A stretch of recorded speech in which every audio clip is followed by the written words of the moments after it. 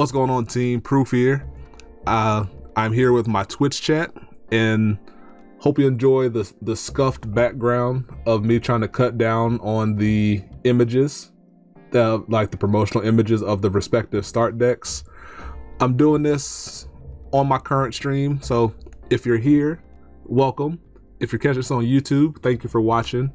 What I wanted to do, excuse me, I'm kind of like a little podcast style video, giving my thoughts on the respective start decks now that everything is out, because I wanted to get my thoughts out there before we get into the big rush of set one hype. And we already have some set one stuff upon us, but I still want to give my thoughts on how I feel about the decks. I don't know how long this is going to be with 5 decks to talk about, but I hope it's not too terribly long. Even though I mentioned like podcasts, even though I mentioned like podcast style talk about this, hopefully it won't be like hours long or even an hour long for that matter. But it kind of depends on the quality of the conversation, because excuse me as I die, I wanted to get my Twitch chat involved and kind of have them give their thoughts, their feelings, their opinions, and kind of do this as like a back and forth, and it gives me a chance to kind of relax my voice while doing this live, you know what I'm saying? So yeah, I want to talk about each deck respectively and kind of give my thoughts on them and kind of talk about how I feel about them as a whole as well going into the future. So I'm gonna start with Yu's deck, the Dragon Empire deck. The deck is decent. It has room to improve. The way it kind of feels is kind of Virina.deck, considering that the ride line, which is what they kind of, that's the term Bushiroad uses for the cars that they designate for the ride deck. They call it a ride line. So the ride line for it is designed to get you to Virina as you get to your grade 3 in Nirvana, and then have the synergy with Nirvana's Counterblast 1 skill, with Virina, at least one Virina being on the board to reap the benefits of it. So for Counterblast 1, you can spread at least 20,000 power between your Vanguard and Virina, or more if you end up having another overdress unit, in this case a second Virina on the board. And that's decent, but it kind of comes at the cost of it being like everything focused on Virina, and the deck kind of falters everywhere else. Like the pieces outside of Virina and Nirvana, they don't really hit very hard. Like the grade 3 dragon, whose name escapes me, Fire Slash Dragon, Inferno Sword. Like that card is decent because it makes 23k with an 8k booster, but it can't benefit from Nirvana spreading power to itself in your overdress units. So if your front line isn't like Virina, Nirvana, Virina, you're really struggling to find power to fill out your columns. And the deck doesn't do a whole lot outside of that. It's like your middle of the road generic beatdown, or your mid-range deck, because it has like some control elements in there with the retire. It kind of helps get new players a look into the retire mechanic of Vanguard, and that's really cool. But outside of like focusing on Virina and having like spot retire through Virina itself, the deck is kind of lacking overall, in my opinion. The grade 3 does not feel as impactful as other start decks, you think? Yeah, I agree. And we'll kind of touch on it. Well, Stoicheia notwithstanding, because they don't have a secondary backup grade 3. But in terms of the decks that do have backup grade 3s, I think that Inferno Sword is kind of lacking overall. And that's where the weak spot of the deck comes in, is just outside of Virina and Nirvana carrying the deck, it doesn't do a whole lot. And that's kind of sad, but that also means it has a lot of room to improve once we get set 1 fleshed out. And we know that the evolution, or for lack of a better term, evolution to Virina, is incoming in set 1 in Virina Valiente. And it remains to be seen what it's going to do, and how grade 2 Virina is going to interact with it, if at all. So in terms of the deck changing, I imagine that the ride deck is gonna, like, the card quantity of your cards in your ride deck are gonna get chopped down. So the grade 1 and the grade 2, Reno and Ryu respectively, I imagine they're gonna get chopped down to one ofs to just be existing in the ride deck, and then have the future cards upcoming in set 1 replace them in quantity, and you kind of build up that way. Because Reno and Ryu, like, Reno is decent being a 10k attacker sometimes, that might be relevant, but I think that they're going to be more grade 1s to help do a better job of filling the role of being a viable booster and being useful outside of that. But Reno and Ryu, to allow you to set up your ride line to get Virina online by turn 3 guaranteed, is really strong in my opinion, and I think that's going to remain a viable option once set 1 fleshes out. But there's going to be a lot of pieces to be taken out, and Sunburst Evolution is a really strong card to just be able to recycle Virinas back to your hand for Counterblast 1. And to me, I think that's still going to be relevant in set 1 even after we have Valiente, because if you mulligan hard for a Virina to have it on turn 2, having a 20k attacker that early on that you can probably protect in most cases is strong, because it's hard to defend 20k attacks that early on. So why not lean into it and try to abuse it as much as possible?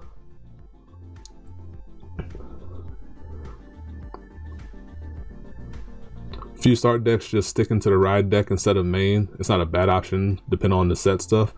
Yeah, like, focus on the ride line being like one ofs and then fleshing out the rest of your main deck. I think most decks might go that route. It just depends, because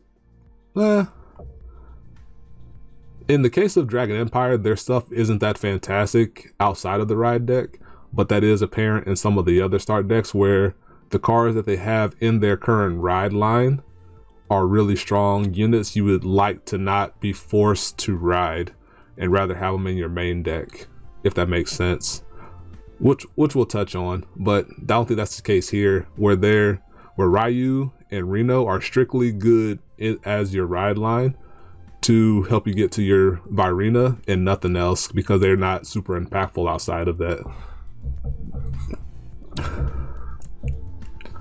So those are my current thoughts on the Dragon Empire deck. So I want to talk about each one individually and then kind of give what I feel are my rankings, even though I'm of the opinion that ranking the start decks is kind of arbitrary. I just kind of wanted to put it out there just to say that I did it and give my personal rankings for how I feel that the respective decks are coming out of the start deck era. And then I guess the ranking could be looked at the ones that need the most work to be viable out of set, like once you incorporate set 1 stuff, if that makes sense. So for Dark States, which is my personal favorite, I mean, I'm gonna try to be as unbiased as possible. The Dark States deck has a lot going for it. Like, it has a clear win condition in Final Rush Bruce Persona Ride, and it does a decent job of giving you pieces to help you survive to then, and also gives you a lot of synergy with the Final Rush itself, because you have like the ride line of Steve and Richard, which get plus 5k while you're in Final Rush.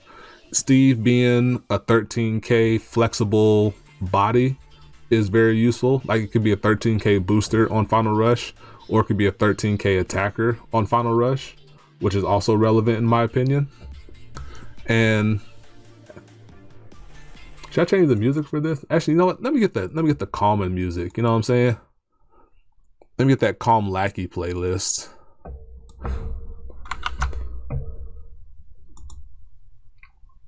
Un momento, por favor.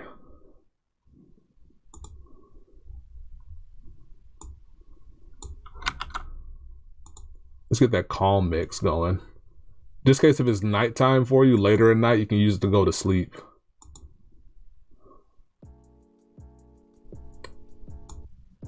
Yeah. How's that for volume? Is that good?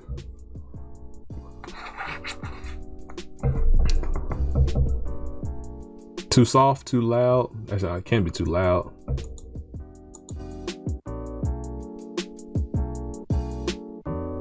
All of it is arbitrary because it's subjective until you consider out-of-box viability. That's fair. I like that. I like that perspective.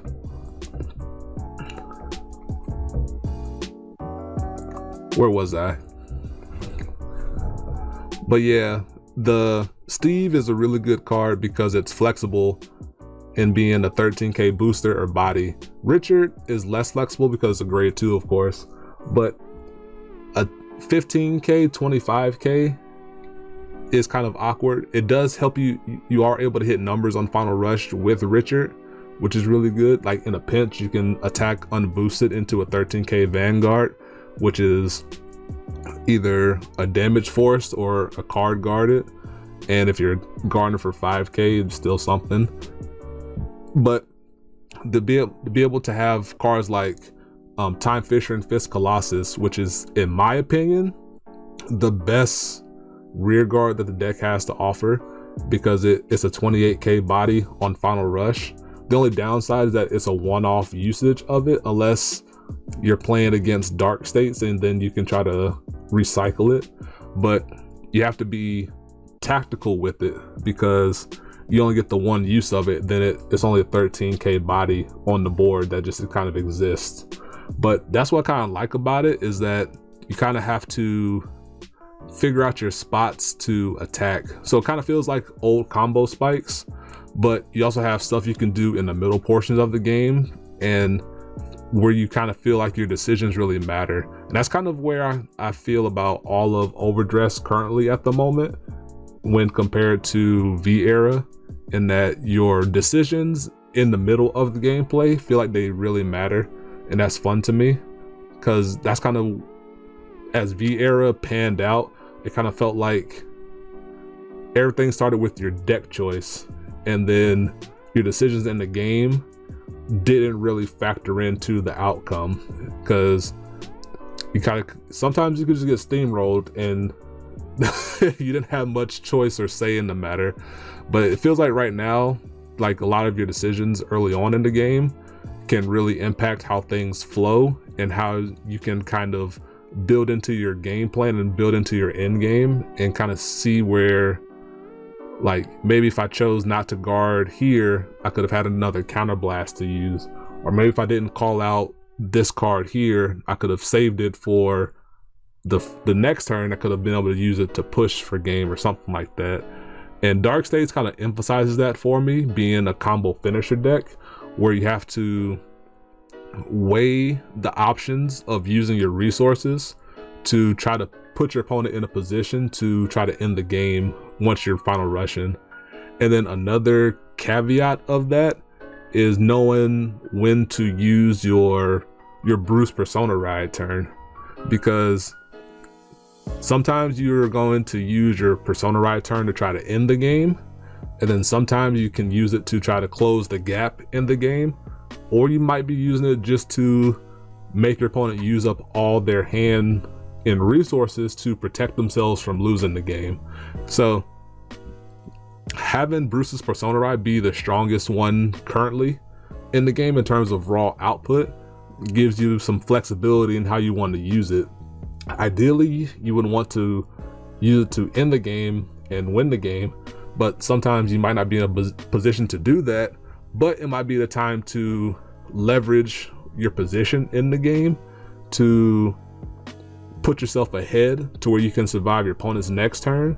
And then on your next final rush, maybe you're able to get the soul to do the restand again, and then try to finish your opponent off that turn after you've reduced down their hand size by using your big Persona Ride push to get there. But Bruce has a lot of pieces to support this effort in the aforementioned Colossus, also an Acrobat Presenter, which is a strong grade 1 for some burst soul charging. The role of Acrobat Presenter remains to be seen in the future, because in my personal testing, having a presenter on the board for a long time became a liability, because the attacking or boosting element soul charge element of it is mandatory. So if you don't finish the game quickly, you have this one card on your board that's constantly soul charging 2 if you choose to use it. But if you don't use it, you're giving your opponent more time to survive your attacks. So it's kind of a double-edged sword that way. But it also enables your Bruce being able to Soul Blast 5 continuously. So it also kind of errs on the side of necessary evil. So kind of trying to find out where that's going to sit in the future. And it has a lot of good pieces going into the future too. Like Colossus is going to live, Presenter is going to live, Brother Soul not going to live in the Bruce deck, but it could find a spot elsewhere because Bruce does enough soul charging by himself, in my opinion. And of course there's Brody, which Brody is a special case because it's one of the few cards that can become a 10k defender. And 10k, if you haven't done a lot of testing in overdress so far, there are very few 10k shields, which means that if you can attack your opponent and force some increment of 10,000 shield value in terms of guard, you're forcing your opponent to either use multiple cards from their hand or they have to overguard with a trigger. So that's kind of where the sweet spot is in terms of guarding in overdress currently. But Brody helps cover that for dark states by using a counter blast to become a 10k shield, which is good because counter blast is a resource that dark state doesn't use a lot of. So you can easily put it into Brody, and then Brody can help defend you, so you can help make it into the end game much more readily. So it kind of feeds into itself, which is really good, really cool to see. And that's why I think Dark States is in a really good position going forward, like where they kind of need to adapt going into into set 1. Is trying to find more things that they can do early on, because Bruce trades in the ability to be active on turn 3 by having a strong turn 4. So having ways to be proactive with your rear guards early game can help snowball you into a strong Bruce turn. And I think they're going to flesh that out more once we get some more stuff. I know I'm talking a lot, but I wanted to get all those thoughts out there. Let me cut the music down. It's crazy to think that boosting could become optional. Just let the rear guards carry the load. Yeah, that's true. Especially in the case of Presenter, because there were so many games. I think y'all were witness to it, where I was down to like 1 card left in deck, or on the like 5 cards left in deck, because every turn I'm burning through 4 cards or more between Final Rush, Acrobat Presenter, Soul Charging 2, and then 2 drive checks from Bruce. Maybe I had another Presenter on the board for another Soul Charge 2. So that's 6 cards burnt in 1 turn. So there was a very, very real deck out. And because you are starting with a smaller deck size, because you're factoring out 3 additional cards because of your ride deck. So like those things that I never really thought about, like kind of came into play there. But not to say I'm going to remove Acrobat Presenter from the deck entirely. It's just that maybe I'll reduce the number of it and be ready to like once it does its job, hopefully I have the resources in hand to replace it for the final push.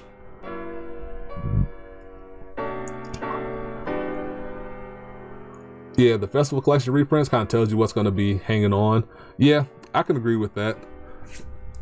But at the same time, Brody is not a Festival Collection reprint, and I think that card is going to make it because it's also one of the few defensive cards. Like, I can very well see Brody making it in some capacity into set 1 Bruce decks because of that 10k shield value.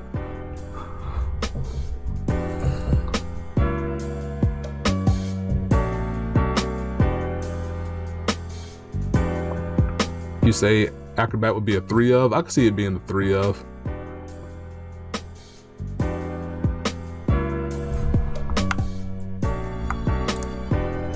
There you go. My scroll didn't want to work. Okay. And let me know if I missed anything as well. But I'm about to move on to Keter.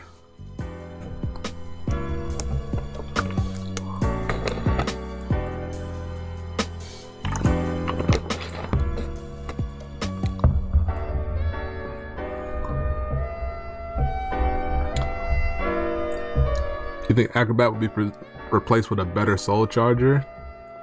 I think Acrobat is one of the better Soul Chargers for Bruce. Like, it's not generic being tied to Bruce, but it is a Soul Charge 2 on Final Rush turns, or just generically it's a Soul Charge 1 just for attacking or boosting on your grade 3 turn, which is still useful. And even though it is mandatory, if you're able to develop quickly and get a good lead on your opponent, then the decking out becomes less of an issue.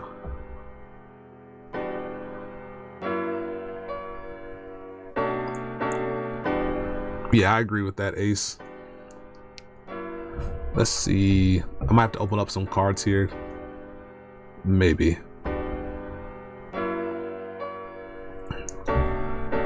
So for Keter, the main gameplay style is to beat your opponent down over the head with grade 3s, because Bastion can restand one of your grade 3 units and give it additional power when you check a grade 3 offensively.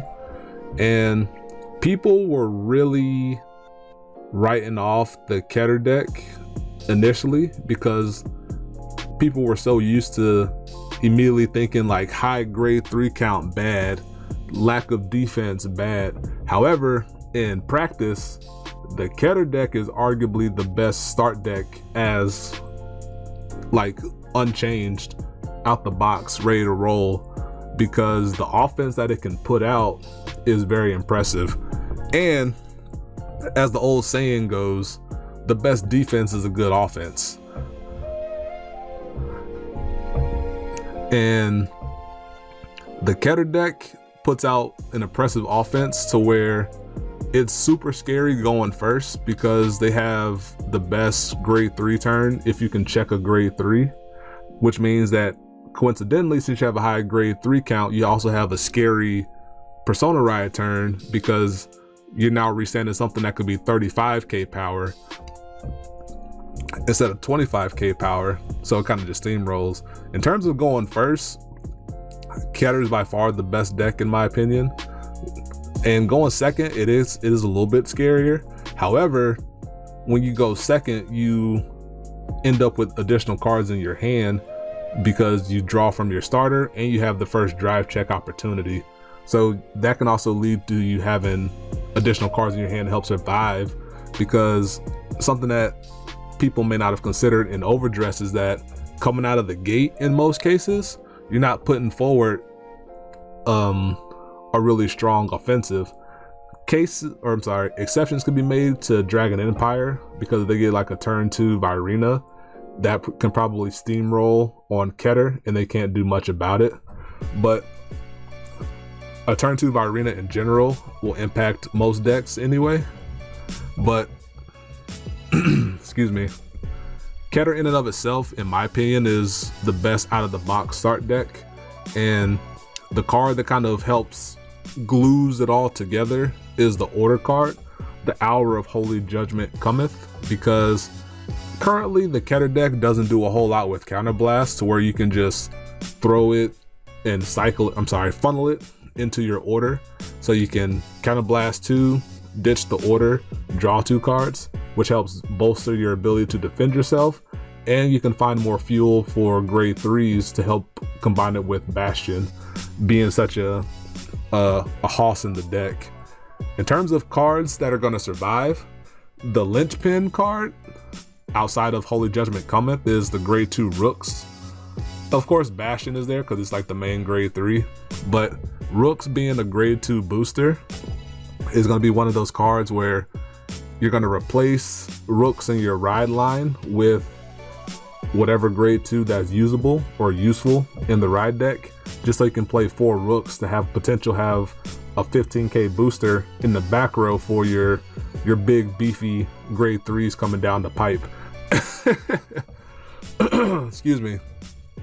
And then Ramana, the witch, which says Counterblast 1 to get plus 5,000 power. I did kind of write her off, but she might find a place in set 1. I doubt it, because they're probably going to reprint a whole lot of grade 3s. But Refluke, in my opinion, is the better one.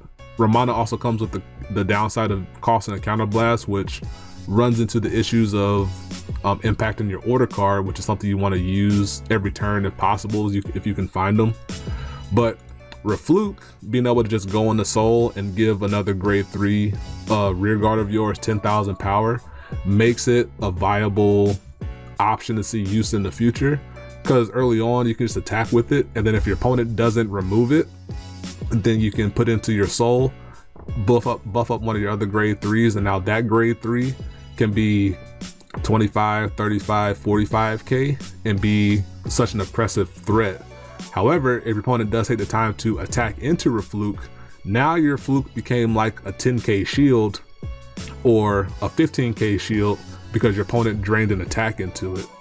So just having Refluke on the board just means so much in terms of offense or defensive flexibility for the Keter Sanctuary player, because it kind of has like this, in my mind, this is the scary card that you kind of maybe want to consider ramming into to get it off the board before they can tuck it into the soul to make something bigger.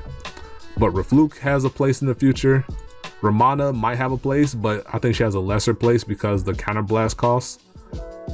Holy Judgment Cometh is going to make it it's going to survive the transition into set 1, in my opinion. And then that's really about it. Like maybe Fort can make it, but honestly, I didn't think Fort was that fantastic of a card. Like maybe you can keep it in your ride deck to try to top deck a card. Maybe you can high roll a grade 3 and call it a rearguard circle. But however, if you remove rooks from your ride line, then you have to remove Fort as well, because Fort has to be ridden upon by rooks for the effect. So you have to keep rooks in your ride line to use Fort. However, if you want to have the ability to use 4 rooks or to see 4 rooks to draw them and put them in the back row to be big boosters, then you have to give up Fort in the process. So it kind of depends on your deck building and where you want to go with it. I keep reiterating this point, but I really do love the different areas you can go into, the different directions you can go into in deck building in overdress currently. Just from the start deck and set 1, it feels much more open and free than it ever has in Vanguard. Arguably premium notwithstanding, because the card pool is so vast there, but having the ability to have the ride deck in overdress and have all those spaces open up makes it so much more freer, in my opinion, to be able to do these weird and funky things, and I really enjoy seeing that. That's why you like on hits a lot better than other people do. The lightning rod threat is terribly undervalued. Yeah, I can see that.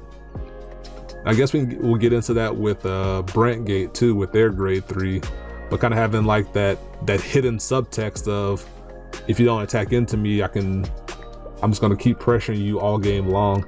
And I'm not gonna lie, I did feel threatened by seeing my opponent have a fluke on the board, knowing what it could do the following turn if I don't remove it. But that's also easier said than done, because you have to consider your own win condition and your own game plan at the same time. So maybe you have to give up the refluke poke in favor of putting it at your opponent's face, knowing that they might not have the ability to guard it because they have some of the grade 3s in hand. And that's where those decision making points kind of come into play, right? And that's really fun to me. Like, knowing what to do in those situations, letting your own skill shine through is what I feel like I've been lacking from the V era side of things as time has gone on. Let's see. Keter makes up for defense by encouraging opponents to waste attacks on rear guard. Yeah, that's a good point.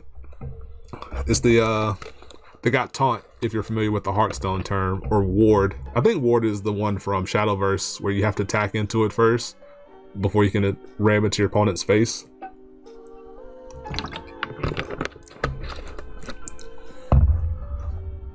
Not all rear guards are created equal. Let's see.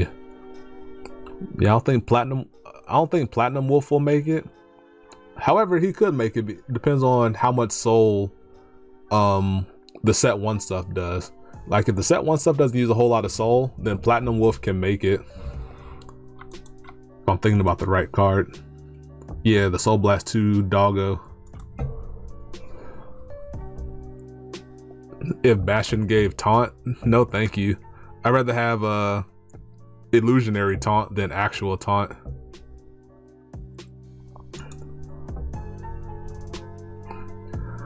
And now we get into Stoicheia, Magnolia. On the front end, like, do I want to say it on the front end? Yeah, I did kind of mention it with Bastion. On the front end, in my opinion, the base Magnolia deck has the most room to improve, which makes it, to me, the weakest of the bunch in terms of out of the box, ready to roll start deck. Because it has apparent soul issues. You need to be able to, like, you don't have a lot of resource generation, really, considering your limited resources. Like, a lot of things revolve around soul blasting to function or to get max value out of it, with currently no real way to easily soul charge. And that's where the issue with the deck comes to a head. So like, there's Cyrus, which is Soul Blast 2 to call the top card of your deck if it's a unit card. However, if you use those 2 Soul Blasts, you take away 2 soul that you can use for Lattice, the grade 2 that can Soul Blast 1 to gain 10k when attacking from the back row. And that's a really important piece to have for your Magnolia synergy, to where maybe you kind of want to put more resources into Lattice over Cyrus. However, you get max value out of Magnolia on your Persona Ride turn by having a full back row. But to be able to help sustain that, you need to have the resources to enable it. So things like, there's a bottleneck there, and that bottleneck is your ability to Soul Blast. And there's no real letting up on that currently. I imagine that might change in set 1. Hopefully, or I suspect Bushiroad realized that when they were designing the Magnolia Stoicheia deck, and maybe they'll put like some way to soul charge. But the moment that they do that, it becomes like an instant staple. So if it's generic, it's gonna go in all versions of Stoicheia, because what we've seen so far seems to still feed into needing soul to function.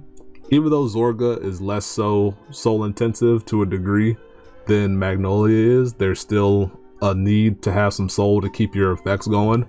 So if they make it generic, it's gonna go in both decks, no questions asked.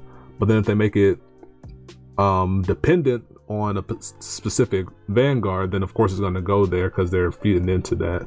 So it kind of depends on what direction that they want to go in. That being said, there are some solid pieces here. So obviously Magnolia is a solid piece.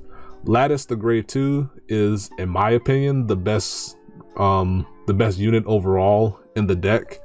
Being able to, it doesn't need to synergize with Magnolia to function, but standalone, like being able to attack from the back row as a 25k body is, in my opinion, very strong.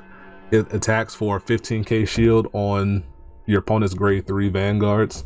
If you're going first and you have Lattice on the Magnolia turn, it becomes a 25k, which forces 20,000 power shield.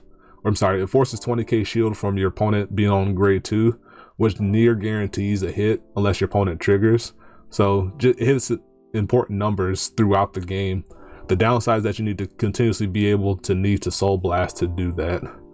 Charis, aka Bulbulax, is also a strong unit because it becomes 18k when attacking from the back row when you combine his own skill with Magnolia's power boost. So being able to hit 18k or more is in my mind a really important number to hit. So like, it has some solid pieces. It's just that it has that bottleneck of needing soul, where a lot of it is going into Lattice to make it function, but also like it has other cards that want to use it, but is it worth it to put it into other units as opposed to putting it into Lattice. And I've heard both sides of the argument that people have had soul issues and not have had soul issues with Magnolia. But from what I've seen so far, like the soul is a real apparent issue.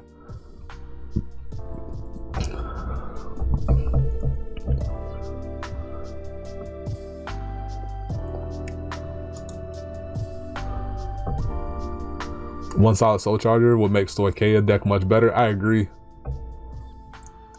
Oh, sorry. Masuko, if you're still here, thanks for the follow. I totally missed it. I was just vibing and going and kind of getting these thoughts out of my head. So sorry I missed your follow on the front end. Thank you again for the follow. Stoicheia's Blitz order is pretty good. Yeah, Call the Beast is a solid card. Being a 15k shield if you fill out your back row, which I guess it kind of depends on how easily you can do that and how consistently you can do that, depending on resources, right? It kind of feeds into what I was talking about earlier, where your cards that can call, like your ride line can do it for you, provided you don't hit, or I'm sorry, if you don't whiff on it. Let me pull them up real quick if I can find them. Yeah, Bulbulax, when it's written upon by Lattice, you can reel the top card of your deck. If it's grade 2 or less, you call it for free. If it isn't a grade 2 or less unit card, then it goes into your soul. So like conditional soul charge, not fantastic, but you do have the ability to get a unit for free out the deal. The downside is that you can, as you saw with the games against Franz that I put onto YouTube, if you hit Magnolia with it, you have to call it. Like you can't not call it. You can't put it into your hand. You can't put it into your soul. It has to go onto the board. So that's the downside of you just catastrophically failing and losing Magnolias like that, is a danger to Stoicheia. And then Lattice is kind of similar to that. When it's written upon by Magnolia, Soul Blast 1, reveal the top card of your deck. If it's a unit card, call it. If it isn't, put it into your hand. So it doesn't even give you the option to not call Magnolia if you find it. You can only put it to your hand if it's an order card, which is, it's decent, but you really would like to just get the Magnolia to hand if you reveal it. So not having that flexibility there kind of makes it a little bit worse, but you kind of just have to roll with the punches there. But it does make for feels bad moments there. Like when you hope to get the free unit, then it's your Persona ride where your card gets max benefit from Persona riding. There can be a feels bad moment. And yeah, calling triggers do suck. As somebody who played Ronaldo and Spikes for many moons, I can attest to, well, let me rephrase this. I've seen many double trigger flips off of Ronaldo, and it's very tilting. Like one trigger flips is all right, because you can make some decent use out of it, but just seeing triggers in general still hurts. But yeah, like I said, the Magnolia deck has the most to work on going into set 1, in my opinion. And if they want Magnolia to survive, which I imagine they do, because they kind of tied Magnolia, well, I don't want to say tied Magnolia to Megumi, but she is the person who plays Stoicheia, and I imagine she's going to play Magnolia for a decent amount of time. So I imagine it's going to get better, but it does have some work to do. And then I would be remiss if I didn't talk about my boy Duger, the majestic beast, this strong Liger looking horned stallion of a beast. And it's a really good card, and it has some crossover potential as well. If you have 4 or more other rear guards, the unit gets plus 5,000 power. That's continuous on rear guard. So it has some crossover potential because the power is only tied to your board, not tied to a particular unit. And that's really strong. Excuse me. Best card in deck for art alone. I can agree with that.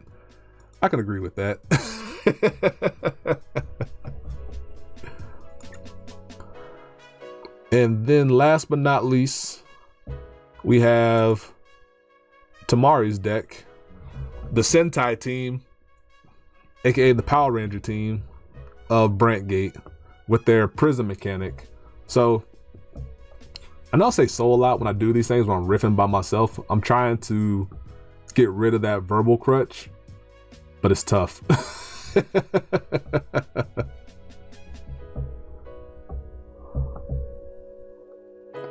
Proof ready to replace Bulbulax. Now let Bulbulax live. I think he'll live into set 1 just because of the ability to be 18k with Magnolia. I think it's gonna have at least some place in the deck. But Brentgate is a deck that I have some interest in. I personally haven't played it yet, but I have played against it a lot to have a decent understanding about it. But I'm excited to play test with it because I really do enjoy the idea of the prison system and being able to tax my opponent on their resources to get their stuff back. It's like playing Monopoly, which, if for those that don't know, is my favorite board game. A lot of people don't like to play it, but I guess I'm just a glutton for punishment. I do enjoy playing Monopoly, and so being able to tax your opponent to get out of jail is a whole lot of fun to me. But to go over some of their key pieces, you of course have the Persona Ride and Seraph Snow. The big thing with her is that she can put 2 of your opponent's rear guards into prison for a counterblast, and then you get an additional drive check if you have 3 or more in there. She's basically your main source of offense currently because she becomes a 23k body, which is pretty good in overdress, and it also becomes like the principal way to, I guess, inflict mental pressure on your opponent, because a lot of the game you're trying to manipulate around enabling her triple drive or not. So maybe you want to play with 2 cards on the board instead of 3 cards on the board, even though part of the ride line yanks one out of your hand. So maybe you only want to give like those 3 and not give more than that. I don't know, it's weird, but what I'm getting at is that a lot of the game is going to center around you trying to enable Seraph Snow's triple drive and your opponent trying to not have you have it enabled easily, if you get what I'm saying. So that is at least how I felt while playing against it. And the tax really does add up because every turn you're either using the counter blast to free 2, or you're trying to maybe use a soul blast to free 1 or 2 soul blasts to free 2. Like, it does add up over time, and then eventually you kind of like, you know, just take it. You've earned it. You've earned my rear guard. Let it stay there for a little bit. I'll pay the tax later. But the card that really helped pull things together was Security Patroller, which is a card we got recently, in that on place, on rear guard, soul blast 1 to imprison one of your opponent's rear guards. Like, prior to Patroller coming out, a lot of people were considering giving up your Persona Ride to play a second Seraph Snow on the rear guard circle, paying the counterblast cost, and then I need to fix my terminology, imprisoning an additional rear guard from your opponent, and by doing so enabling the triple drive of Snow of your Vanguard Snow in the process. However, Security Patroller kind of did away with all of that, and it kind of gives credence to why Galactolus makes you soul charge 3, because you can enable Security Patroller in multiples while also helping play against the mirror match at the same time. So Security Patroller was kind of really the glue that brought this whole prison deck together. So between Seraph Snow and Security Patroller, you're pretty much good to go in terms of enabling Seraph Snow's triple drive. And Reset Pink it's in a tricky spot because it yanks a card out of your opponent's hand and puts it into prison. However, you can freely give your opponent, you as the person having to put something into prison can freely give a grade 3 rear guard that could be dangerous to your opponent to see on the board early on in the game. However, if you don't resolve Reset Pink, then it becomes trickier to enable the triple drive of Snow, because if you don't play it and yank something out of your opponent's hand, then you might play like a game of chicken and having and like having to continuously prison the same 2 rear guards over and over again. At least with Reset Pink, there might be a 3rd rear guard that your opponent can call out from the prison area and make it available to be yoinked back later. Because if they don't free it, then if they ever play 2 rear guards, then you can just freely imprison those 2. And now with the 3 in the prison, you have triple drive with Seraph Snow. So it's a risky sword, but it also is maybe a necessary evil at the moment. I don't know. That remains to be seen. And of course, arguably the best card in the deck is the grade 1 in Kiernet Blue, because she just freely gets your prison into your hand for you, and the condition to play the prison isn't all that taxing. Like if you go first, you can add it to hand through her and then rest her and then play the prison. If you go second, you do have to play an additional card, so you need to make sure you mulligan appropriately for that to make sure you can actually play your prison on turn 1. Because if you don't play your prison on turn 1, it shuts down the usability of your grade 2 piece in the ride line. So things kind of start to develop much more slowly. Not fall apart, no, but it does develop much more slowly in that regard after that. Outside of those and Galactolus, the rest of the deck, there is a little Autonomic Caution, which is the other card currently that gains additional shield value, like Brody. And the requirement for this one is to have a card in your opponent's, have a card of your opponent's in your prison, which isn't a super taxing cost, but it's similar to trying to shut down the triple drive of Snow. Maybe you want to free cards out of your prison, out of your opponent's prison, to not make your opponent have a 10k shield in Autonomic Caution at the same time. So if you're able to do it, fantastic. If not, then the tax really can start to compound.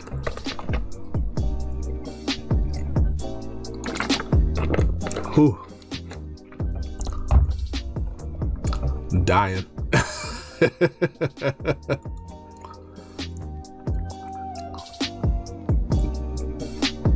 I don't know what this card does. This is a vanilla.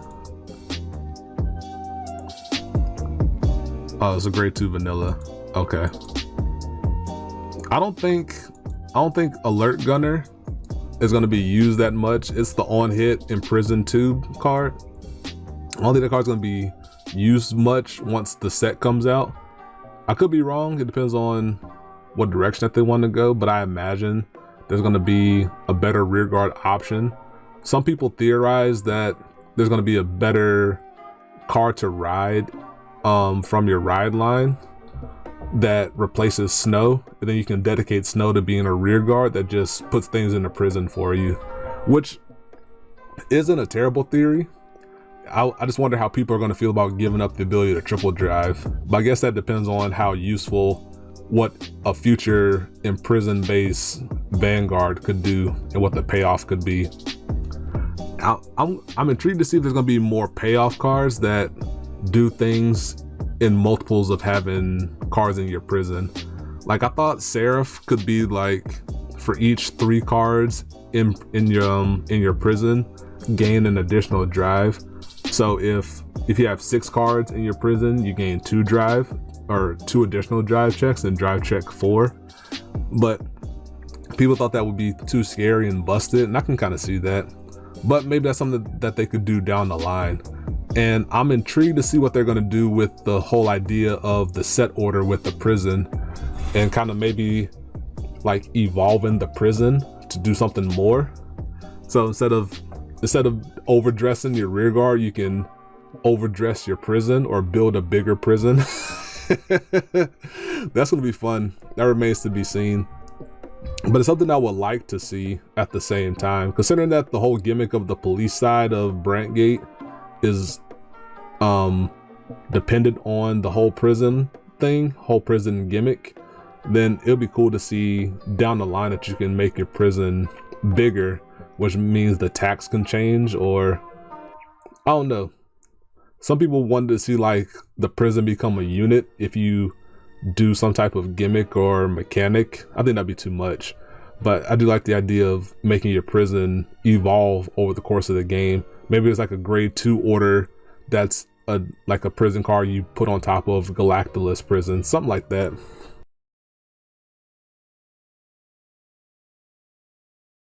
Let's regroup.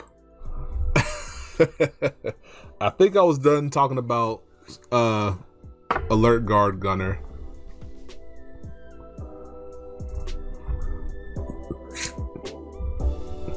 So to kind of bring everything to a close, I do think all of the start decks are strong in their own respective regard. It's just that some of them need more help than others.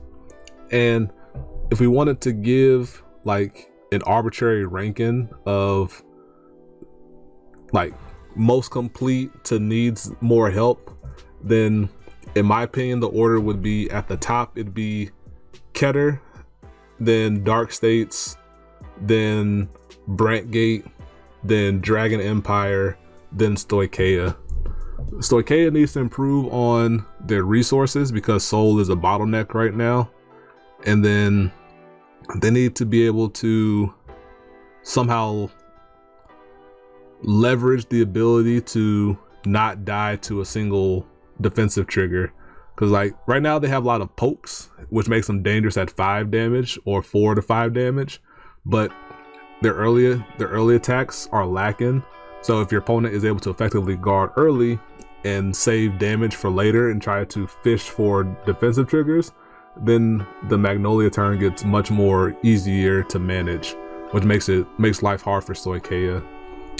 Where Dragon Empire suffers is that outside of Virina and Nirvana doing a lot of the heavy lifting in terms of power, the deck doesn't do a whole lot at the moment. And I kind of joke, but the deck is kind of find Virina and go, or find 2 Virina and go. And that's where the deck kind of sits in at the moment. I do imagine it will change once we get Valiente in there. And of course, we've already seen that there's going to be more retire in the grade 2 levels in terms of unit cards. And that's exciting to see. But just if you're looking at this in the vacuum of being the start deck, they need to do something more than just find Virina and attack. So they have, outside of that, they do make good numbers because Virina can develop on turn 2 and start applying pressure early, so you can just beat down your opponent that way with a little bit of selective retire. But it is kind of, for lack of a better, I was gonna say vanilla, but it's not vanilla. It's kind of plain. It's kind of just there. It's like quick to get on the ground, but sometimes it has trouble finishing out the game if your opponent can just get resources going. So it has to change up what they can do there. Brentgate just needs more cards. Like, I know that's a terrible analysis, but they don't gain a lot of power right now. But the prison mechanic can be fleshed out more by having more ways to imprison stuff, and that'll make Seraph Snow more threatening. And whatever the new scene, I think they need more payoff cards for having stuff in prison, because right now it's mainly Seraph Snow in terms of having multiple cards in prison. Where Seraph Snow, you get the additional dry check by having 3 cards in prison. They need more cards like that get a bigger payoff for having more cards in prison. That's why I want to see them go. Dark States on the Bruce side need to find something. Like, I don't think Bruce himself needs to do something on turn 3, because like as we see, that's impossible. But having more things to do in your rear guards prior to turn 4 is where they need to go. Like, soul charging isn't an issue. They have great resource management. It's like counterblast isn't major. They gain soul very easily. I just said that twice. But in terms of just offense early game, that's where they're most lacking. But that's an easy fix when more stuff comes out. And then Keter feels the most complete. They're probably going to have some rearranging to do in their main deck, because Rooks may become more of a main deck staple. And so they'll find something else to put into the ride line or ride deck in the grid 1 and 2, because Rooks can't work without, Fort can't work without Rooks in your deck, in your ride deck. So that's where that's going to change up, in my opinion. They're going to find more grade 3s to replace the vanilla grade 3, and then maybe Ramana. They're probably going to play less Ramana or remove Ramana. Rafluke is going to stay most likely, in my opinion. And then of course the order is going to stay because it's their main source of card draw and card advantage, and it gives them a counterblast outlet. And then for grade 1s, they're just going to just find viable stuff. The doggy can probably stick around depending on if they don't find more ways to soul blast, and then kind of fill in things from there. But that's my personal ranking. I'm not sure what my chat feels about their rankings for the start decks themselves, but yeah, to bring it back home, at the top is Keter Sanctuary, Dark States, Brentgate, Dragon Empire, then Stoicheia bringing up the rear. And yeah, those are my main thoughts on the start decks before we get into getting additional support for them in set 1. So I hope my chat had a good time listening to me. If you would like to be part of any future podcast impromptu stream of consciousness type of things as we get spam in chat. All right, that'll do it for my initial thoughts on all the start decks. As we get into more of the set 1 stuff coming out, I kind of wanted to get my thoughts out there because I imagine people may be curious, and I kind of just thought it was fun just to sit down with my Twitch chat and talk it out. They gave me some good points, and I was kind of like want to do some friendly banter and kind of just get my thoughts on things and stream of consciousness type stuff. But this was a lot of fun. I hope my Twitch chat enjoyed. And if you want to be part of this thing that it is my Twitch chat, check out the link down below, and hope to catch you next time. Peace. Be easy.